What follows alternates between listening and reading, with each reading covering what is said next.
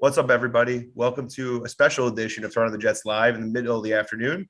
My co-host Steven Russo is actually out this week. He's dealing with a personal matter. His father actually passed away. So, Steven, prayers to your family. Thinking of you, and can't wait to have you back on the show so you can talk Jets and take your mind off it. But we're joined by a really special guest, JJ from The Ringer, formerly of WFAN. What's up, JJ? How's it going? Well, I'm glad that we can finally make this happen. It feels like this is like months and months and months of planning. But Yeah. as I'm about to check out of the win right now from Las Vegas, it's, I guess, 1:15 in the afternoon here, give or take. Spend a little time with you before I make my way to San Diego. So what's happening, Steve? Not much, man. Getting excited about the Jets. I think, there's been a lot going on the past week. Carl Lawson going down. Vinny Curry, as of today, is done for the season with this like a blood issue, which is kind of scary, but thank God he's going to be okay. But I heard your show this week talking a little bit about Zach. So I'm curious of what your thoughts were about his performance against Green Bay, because I know obviously you're a Dolphins fan, so you're kind of rooting for him to not be any good. But for doing a New York podcast, he's someone you're going to be talking about a lot throughout the season, right? Yeah, I mean, listen, from a Jets standpoint, I mean, I got to be perfectly honest with you. They're like the least of my worries right now. So if the Jets have a quarterback and a head coach, great. It makes my job a heck of a lot easier. It makes it a lot more entertaining.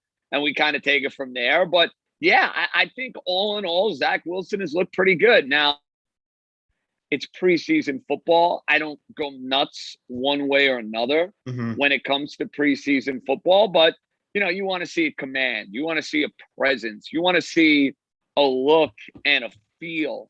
And at least for now, I've seen that with the Jets' young quarterback. I Mm-hmm. want to see when it counts against the Carolina Panthers and against the New England Patriots, and on we go. But yeah, I mean, listen, new fresh start, second overall pick. And no matter what happens here with Zach Wilson, I can guarantee you this.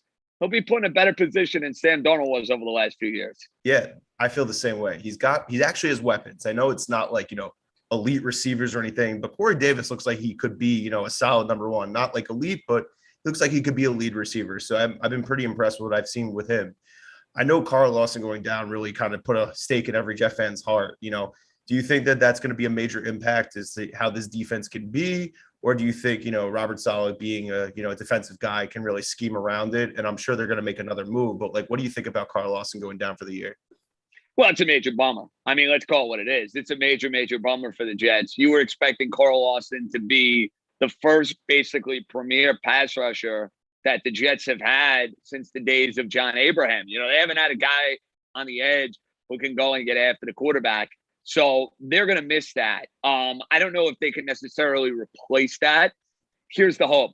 The scheme and what Saleh is bringing to the table, it's going to do a better job of generating a pass rush. Is that something that is a guarantee? I have no idea. I think that'll play out over time.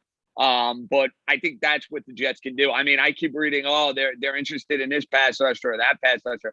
Well, it's August. Who's getting rid of a good pass rusher at this point? True. You know what I mean? Yeah. Like those guys are few and far between. You get somebody off the scrap heap. I'm sorry. The idea that they're going to be Carl Lawson, they're not. So it's a tough break for the Jets. If there's a silver lining in it, though, you'd much rather it be in a year like this where the expectations are as low as can be, where you're trying to build something basically from the ground up like that. That's a lot better than the alternative where, you have a 10, 11, 12 win type of team. Like, let's not equate this to Vinny Testaverde tearing his Achilles week 1 in 1999. It's a little bit different than that considering what's at stake. Totally. Yeah. I mean, listen, Carl was an ascending player. There were high expectations for him, but at the end of the day, he's never had a double-digit sack season. So, we were excited. We were hoping for good things. But yeah, I mean, it was really, we were hoping for a lot and we paid him a lot of money. But, hopefully he's healthy and we're excited to see him in 2022. So, being that you're a Dolphins fan, you do root for us to lose. So I get all that. So what should Jet fans feel like the first year after having Adam Gase? Because I feel like, you went through this exact thing in 2019 when Coach Flores, who I really like and really high and think he's your coach, for the next 10 years. Like, how should Jet fans feel like, seeing a real offense and just a guy who actually knows what he's doing potentially? Well, it's going to be refreshing. I could start there. You're going to have a lot more pep in your step. I think the team is going to be a lot more spirited. I think they're going to be in a lot more games. Those are all positive signs. Look, you got to keep the expectations at a minimal because look at the division. Buffalo's a team fresh off an AFC title game. Miami won 10 games a year ago. New England spent more money than anybody in free agency. All three of those teams are better than the New York Jets. The way I'd see it, though, is you'll know probably 8-10 games in the difference. And the Gase situation in Miami compared to the Gase situation with the Jets, it's a little different from this standpoint. It wasn't a total debacle with Miami in the sense that they made the playoffs his first year. Second year, third year, they fell apart. And listen, he did lose the locker room, and I'm relieved and beyond ecstatic that he's no longer the head coach of my team. Yeah. It wasn't like the Jets where Adam Gase basically walked in and it was this terrible tone, the crazy press conference with the eyes, and just the way the team performed, the bad start. Like Gase just never got off to a good sort of footing, whatever you want to call it. He never got on that right foot. So the new coach, hopefully for your standpoint and your sake, will be able to do that. And the good news is the bar could not be any lower. Yeah. There's only one good thing Adam Gase did during his tenure with the Jets. He got Mike McCagnon fired. Everything else, awful. That actually helped them because they got Joe Douglas, and I like Joe Douglas. So I'll stick with that. Like, what do you think of Joe Douglas so far as a general manager? I know everything kind of hinges to Zach Wilson, but like, the Becton pick, some of the picks he had this year, some of the ones he had last year. Like, what do you think so far? Well, I like the process. That to me has been what I've been impressed with. The idea that the Jets are realizing we have to draft better. We have to accumulate draft picks. We have to do this. We have to do that. Building an offensive line. Now getting weapons. It's great. I don't put the failures of Darnold and last year on Douglas. To me, as you just said, it's far more about the last couple of years and the massive whiffs that you had in the Mike McCagnon era when it comes to drafting players. Now, how good a GM is Douglas going to be? I still think that remains to be seen. For sure. We may like the thought process. We may like what he is doing. He's got to hit on draft picks. He has to hit on this quarterback. He has to hit on this head coach. That will determine, all right, Joe Douglas not only has a plan, but is able to, dare I say, execute that plan. But so far, so good. Yeah. I feel the same way. I think he's disciplined. He doesn't overpay. He's smart, like with his resources, and he always is about building through the draft, which is how good football teams are built. So I'm totally with it. I just, it all matters with Zach Wilson. If he hits, Joe Douglas gets the contract extension. If he flops, he's probably gone. That's really what it's going to come down to, I think, at this point. Going off that, since this is one of Joe Douglas's first picks. I know you put Becton in your New York athlete rankings. How come he's the only Jet? How come he's the only Jet? I needed a Jet. I'll be honest with you, dude. I tried to, and I explained this to people, diversify this list. I wanted to give, each team, with the exception of the Devils, a representative. I made sure that the top four had 4 different teams represented. That's why I went Mets with DeGrom. I went Nets with Kevin Durant, Yankees, Judge. And I think 4th, I ended up going with Randall. Not to say that Randall's better than Harden or better than Irving or better than Garrett Cole. I just didn't want to stack, 2 of the same teams within the top 4. But honestly, I'm going through the Jet roster. I was like, shit, I got to find somebody here to put in the top 15. And I could have put Quinnen Williams. I thought Quinnen Williams' first year was so underwhelming. I didn't want to give him that sort of accolade as good as he was last year. So I said, what, screw it. I'll throw Becton on there because I thought he was pretty darn good last year. I don't know if you felt that way. I thought he was terrific. Definitely. I mean, as long as he's out there, he's a force. And definitely the run game to the left side was always really strong when he was out there.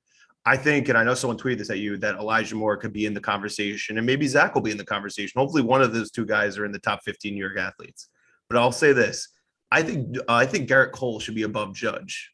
I know you put Judge ahead of him. I think Cole is more important to the Yankees in New York. I know Judge like the face of baseball. But here's the problem, though, dude. You play every day when you're a position player. And when you pitch, as good as you may be, you're only doing it 1 out of every 5 days. And here's the other element. That's fair. Judge has been in New York since 2016? Yeah, that's true. Rewarded that longevity playing in New York for a longer period of time. I tried to take that into account. I rewarded that with DeGrom. I rewarded that with Aaron Judge. Hey, listen, Cole's a beast, dude. I love him. I mean, I think he's fabulous. He's fantastic. He's been everything the Yankees could ask for and then some. But from that standpoint, I wanted to give a little seniority and tenure to my dudes. That's fair. That's fair. So I know that obviously this is a Jet show, but you are a Dolphins fan. So two things I want to ask you about that. Being that the Dolphins really didn't address their offensive line this past offseason, how much of a concern is that for you? And then, are you bought in on Tua? Do you think he's going to take this massive leap? Because I know he has looked pretty impressive in the preseason so far. I'm all in on Tua. I think he's going to have a fabulous year. I think the fact that they have built an offense around him is exactly what he needed. I thought the prehistoric Stone Age offense that they were running last year was tailor-made for Ryan Fitzpatrick. Mm-hmm. It is not tailor-made for Tua. They're going to throw a lot more wrinkles in that work for his skill set. And you add Jalen Waddle, you add Will Fuller, you have Albert Wilson back in the fold. I mean, the Dolphins, to me, have one of the deepest groups of wide receivers and tight ends that you're going to find in the sport. That's going to help them a ton.